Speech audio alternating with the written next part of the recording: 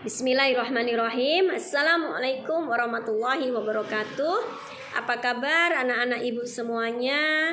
Semoga anak-anak ibu dalam keadaan sehat walafiat, tetap semangat, tidak lupa untuk menjalankan sholat 5 waktunya, dan tetap patuhi protokol kesehatan. Ya, kita harus menjaga kesehatan kita sendiri, keluarga kita, orang lain juga, ya.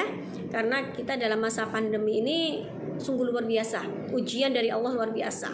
Apakah kita sanggup, mampu untuk melewatinya? Bagaimana caranya? Ya tetap hidup harus berjalan, dan kalian harus semangat, tetap berdoa dan berusaha. Itu adalah tugas manusia. Kita tetap berusaha untuk hidup, tapi tidak lupa untuk berdoa kepada Allah, memohon dan meminta hanya kepada Allah. Oke, baiklah anak-anak, hari ini kita akan belajar surah Atin dengan artinya.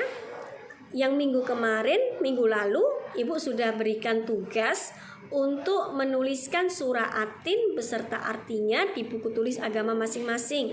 Oh iya, Ibu belum memperkenalkan diri kemarin.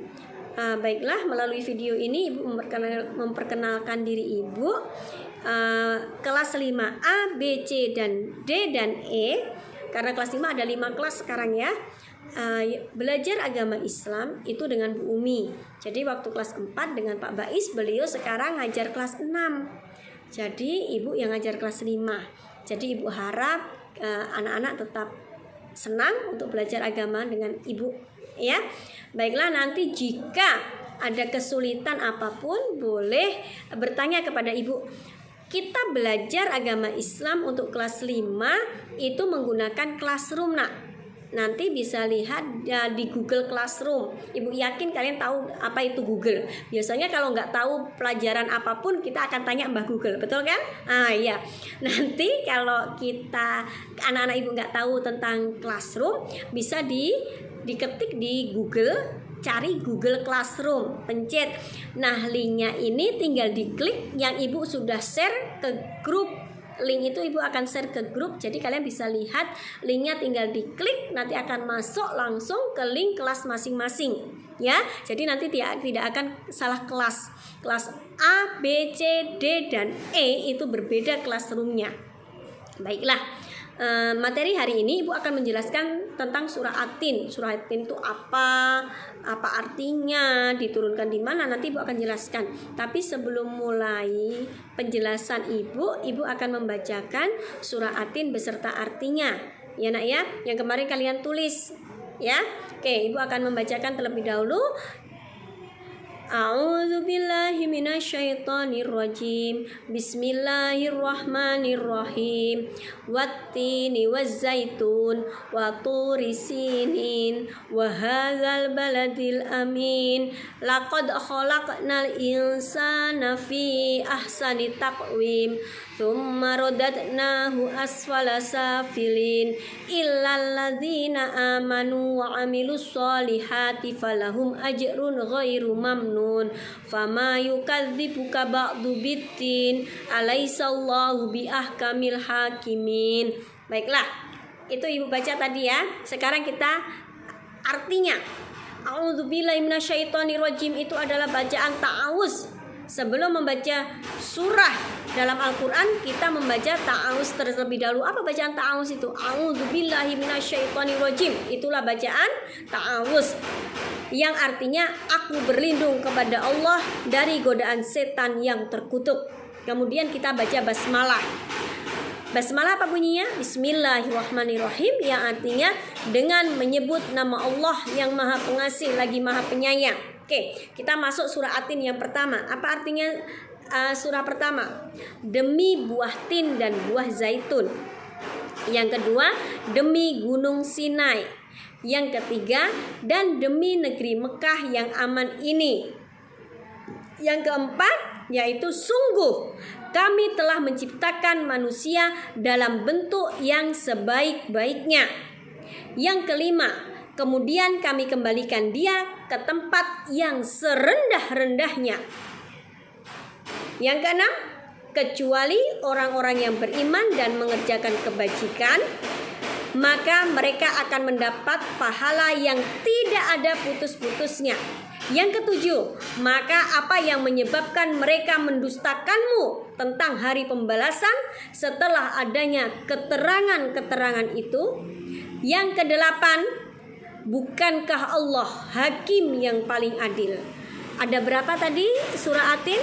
8 ayat. Oke, itu adalah surah Atin beserta artinya. Oke, di sini Ibu akan menjelaskan tentang surah Atin. Surah Atin itu terdiri dari 8 ayat. Surah Atin itu merupakan surah yang ke-95. Jadi surah Atin itu urutan di dalam Al-Quran itu merupakan surah yang nomor ke-95 di dalam Al-Quran. Ya anak-anak Ibu ya. Surah Atin itu diturunkan di kota Mekah. Karena Allah itu menurunkan Al-Quran atau surah-surah di dalam Al-Quran itu di 2 kota, yaitu kota Mekah dan Madinah. Sedangkan Atin ini merupakan salah satu surah yang diturunkan di kota Mekah. Kemudian surah Atin ini tergolong surah Makkiyah. Kenapa tergolong surah Makkiyah? Karena surah Atin ini diturunkan sebelum Nabi Muhammad melakukan hijrah atau pindah ke Madinah. Jadi sewaktu itu Nabi Muhammad masih di Mekah. Maka surah Atin ini tergolong surah Makkiyah, betul. Kemudian Atin, kata-kata Atin itu kalian bisa lihat di situ terdapat bacaan Atin itu di mana? Atin itu terdapat di surah pertama surah Atin, Wattini wa zaitun. Wattini. Berarti surah Atin ini diambil dari surah pertama di dalam surah Atin. Ayat pertama di dalam surah Atin. Oke. Surah Atin ini menjelaskan di sini menjelaskan tentang kedudukan manusia di muka bumi, bahwa manusia itu adalah makhluk yang terbaik rohani dan jasmaninya. Allah menciptakan makhluk yang paling sempurna itu adalah manusia. Kenapa? Karena manusia dikasih akal pikiran. Sedangkan makhluk lain tidak. Binatang tidak boleh dikasih akal. Mereka tumbuhan juga tidak ada akalnya. Kemudian dengan malaikat itu walaupun malaikat itu adalah makhluk Allah, tapi malaikat itu hanya menjalankan perintah Allah. Mereka tidak dibeli nafsu apapun. Tidak ada malaikat yang pengen kena goyahil. Tidak ada malaikat yang pengen shopping. Itu nggak ada. Jadi malaikat diciptakan Allah hanya untuk mengerjakan semua perintah Allah. Tetapi manusia dikasih oleh Allah akal pikiran. Kenapa? Supaya bisa membedakan mana yang benar, mana yang salah. Manusia bisa mengeksplor. Manusia bisa menjalankan, melakukan apa yang mereka mau.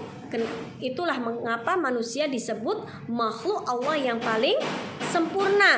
Bukan kesempurnaan dari tangan, karena manusia ada yang diciptakan mohon maaf ada yang mungkin kurang atau kelebihan. Tapi dari seluruh secara fisik, manusia itu adalah yang sempurna. Baik fisik maupun rohani, itu adalah makhluk yang paling sempurna. Oke?